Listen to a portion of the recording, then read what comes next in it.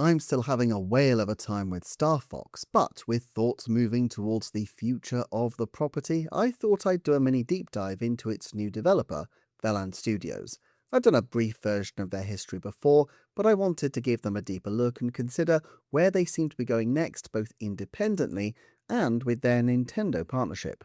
The studio was established a decade ago from developers who had previously worked at Vicarious Visions, an Activision studio which worked for some time on a 3D Donkey Kong project in the mid-2010s tentatively named Donkey Kong Freedom, but which never ultimately came into existence.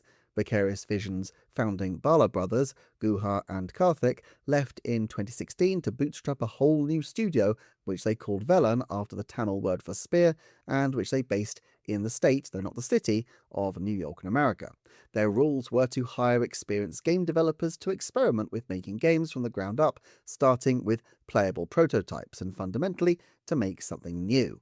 This philosophy, strikingly similar to Nintendo's way of working, soon brought them into the orbit of Nintendo themselves, when they pitched to Nintendo the game that would become Mario Kart Live Home Circuit, using mixed reality technology that they later also cannibalized into a Hot Wheels game. Lead programmer Jan-Erik Steele commented in a developer interview, albeit one hosted by Nintendo, so factor that bias in, that this was the starting point of their support from the hardware-software team at Nintendo, which he described in the most positive terms. The amount of support and collaboration was especially a focus for positivity. It's clear that innovation remained a focus for Velan Studios, but creating something new is always going to be a challenge. In May of 2021, they shipped the gorgeous-looking Knockout City It's Not Dodgeball, It's Dodgeball, and they also put out a VR pinball game called Bounce Arcade and a 6-player horror party game called Midnight Murder Club, published by PlayStation later in the 2020s. However, most of these titles were published by Velan themselves and seem to tend towards the small side in terms of sales. Knockout City and Bounce Arcade both retailed at $20 and are apparently often deeply discounted, while Midnight Murder Club retailed at just $9.99. This isn't intrinsically a problem for a small studio, of course. Smaller scale projects are far more manageable and can turn a good profit, but Velan Studios does seem to have wished to scale up, and in that endeavour they seem to have encountered some difficulties. In March 2024, they warned that due to the abrupt cancellation of a major project, they would potentially have to lay off 46 of their 121 game developers. Now, it strikes me that 121 developers is a very large number of people for a studio that is putting out budget games with probably, in the main, fairly low sales numbers, albeit at a fairly regular pace. The core business plan of creating original concept always relied, it strikes me, on finding partners to whom they can sell, and they have worked with Nintendo, Sony and Meta. They also are looking to expand with a branch studio in Montreal at the time, but scaling up comes with inherent risks, such as these kinds of stumbling blocks and the layouts that potentially were following. Now, it's not immediately clear that all 46 of those people were indeed laid off in this way. They wanted to rescind the 60-day notification if possible, and it seems to be the case that a number of people were offered new contracts, albeit possibly on less favourable terms.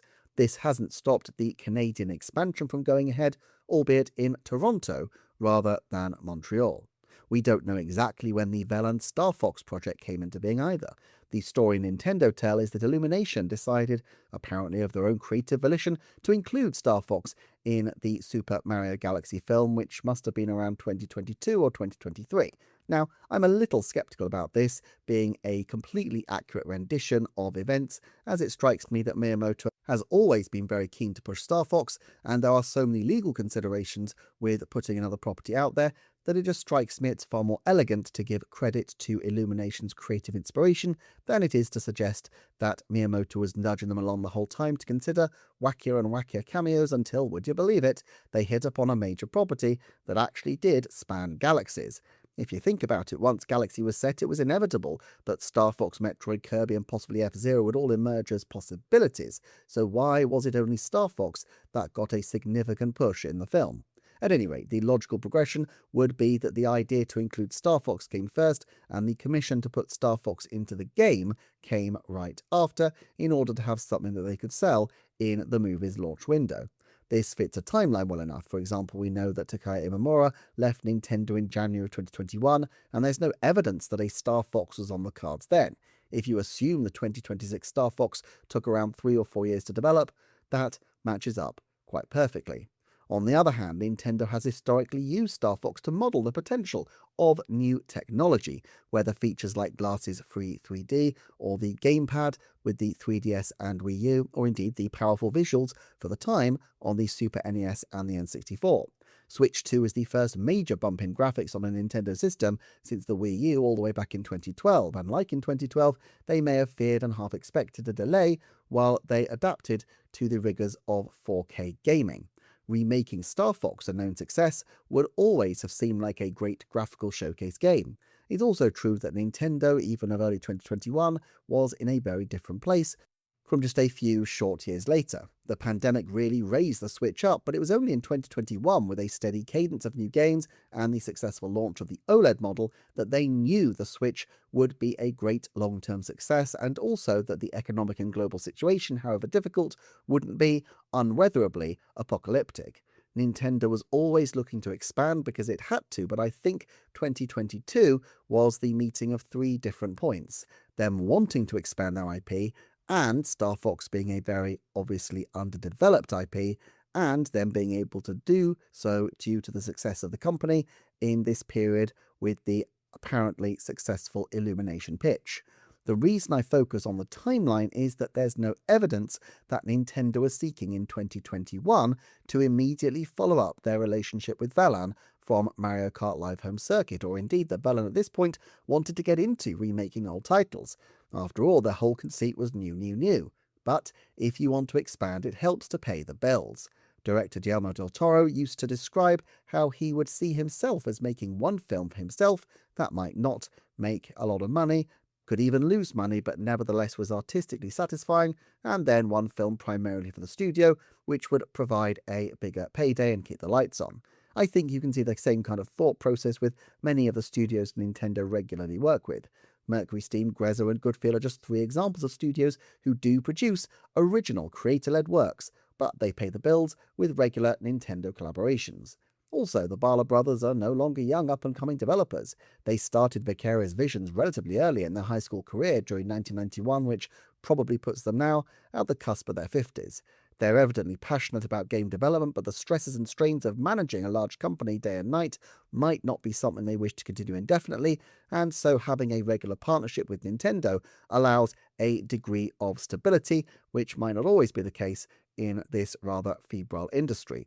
Koichi Ishii of Grezzo comes out still with the occasional random title of his own creation, like Ever Oasis or Jet Dragon, but the success or failure of these projects won't affect whether the lights stay on at Grezzo and whether they can continue to pay their employees, and that probably offers some considerable level of comfort. All that said, I think they always had in mind that Nintendo could be one of their top collaborators. In 2016, its founders explicitly described their aim as being to surprise and delight, and while this term is, to be fair, fairly commonplace, it's also exactly the way Nintendo phrased their mission statement, and perhaps there was a degree of trying to ape that Nintendo spirit. They note that their toy car prototype was instantly considered as a potential Nintendo title, and while Nintendo did develop it, and while they ultimately were also able to pitch it to Hot Wheels, this suggests a degree of strategy with their approaches to other developers. I'm sure Plan A would have been to continue successfully placing original ideas with different studios, including Nintendo, and then profiting, but it looks like Plan A was not completely working out for Velan Studios, not if they wanted the studio to be on a secure footing long term. Nintendo obviously have their own wishes and desires, though. Even if Velan Studios was struggling with their originality policy, it strikes me as unlikely that Velan would have pitched Star Fox as a remake. But if they were pitching to Nintendo and Nintendo didn't like what they were selling, it strikes me as completely plausible that Nintendo would have said, well, we don't want that, but we do like working with you, so why don't you do Star Fox for us? The new Toronto location is to work, they say, both on original ideas and outside partnerships, and it strikes me here that there is a huge amount of potential in both. Most obviously, all the graphical work and knowledge of the Star Fox group of characters would make Velan the obvious developers for a second Star Fox game on Switch 2, whether an original one or another title that adapts a past game, although it does strike me that all the other titles except for the first one were externally developed anyway. Even Star Fox 2 relied on Argonaut Games, although it was by far the closest to a game with extensive internal development, apart from Star Fox and 64. There were also rumours of a Star Fox Adventures game. I don't usually like to go by rumours, but it is an interesting thought experiment to work backwards from something unlikely and try to figure out the logic that would lead us to it. You see, with a successful and established property, it might make some sense to develop two games at once and ameliorate the investment costs of character modelling and designs, but you wouldn't want two games that are too similar. Therefore, Adventures, which has a significantly different style, might be a more obvious candidate as a secondary game. Then you can put both to market in two different options of how the series could go, essentially saying to players, take your pick. Let justice be done, though the sales numbers fall. Usually I'd say it's unlikely that Velan or Nintendo will be working on two titles in the same niche series at once, but actually if they were confident with the product, and having played the new Star Fox, why wouldn't they have been very keen on what Velan were doing? It's easy to imagine Nintendo doubling down before a project is even out. Remember, in 2020, even after the derisory sales of both Metroid Prime Federation Force and Metroid Samus Returns, Nintendo had 3 different Metroid projects in development concurrently: Metroid Dread, Metroid Prime Remastered, and Metroid Prime 4. But why would Velan want to commit more people to a project like this? Well, remember that layoff situation in 2024? If they were having discussions with Nintendo around that time and basically pitching emergency projects to them to replace the one they'd lost, it strikes me that it was at least plausible that Nintendo were pleased enough with the progress on Star Fox 64's do-over that they would be receptive to a proposal, but unlikely that they would want to be rushed on commissioning something left field. However, doing something more in the vein of Star Fox Adventures or even an original Star Fox would make more sense, especially since part of the work for that game would ultimately overlap with the existing Star Fox development, which they needed to keep on track.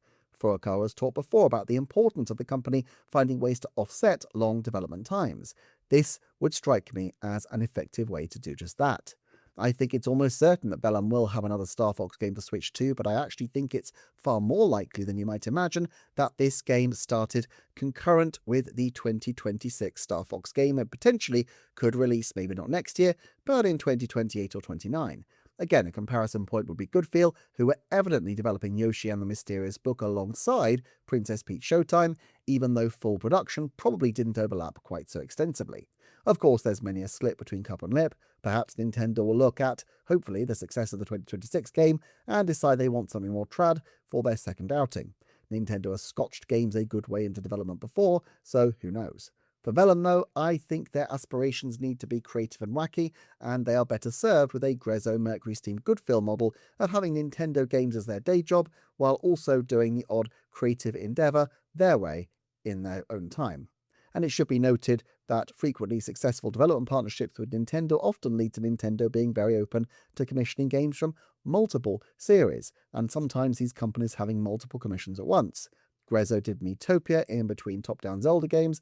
Tantalus handled Luigi's Mansion 2 HD, even though it was a broadly different group from the people who took on Twilight Princess and Skyward Sword HD.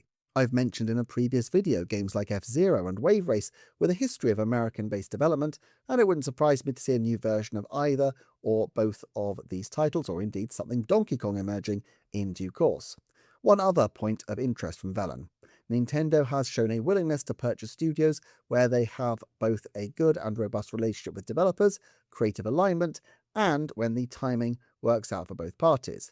Notably, Next Level Games were able to sell to Nintendo when some key figures were considering retirement, and the Monolith Soft acquisition was only fully complete in 2024. My hunch is that at present the Bala brothers are happy to be independent, but I wonder if there is some kind of long-term sense that perhaps 10 or 15 years down the line, Velan could actually be sold to Nintendo, ensuring that the studio does have a healthy future that outlasts its founders' day-to-day involvement. I guess at this point there's maybe a 50% chance that another Velan Studios Nintendo game releases by the end of 2030. For now, though, I'm just really grateful to the team for their glorious work reviving such a Nintendo icon as Star Fox in such a brilliant manner. I hope you've been having a whale of the time with the game too, which is shaping up to be one of the true gems of 2026. Thanks for watching as ever, and I'll look forward to seeing you next time for another Nintendo Forecast.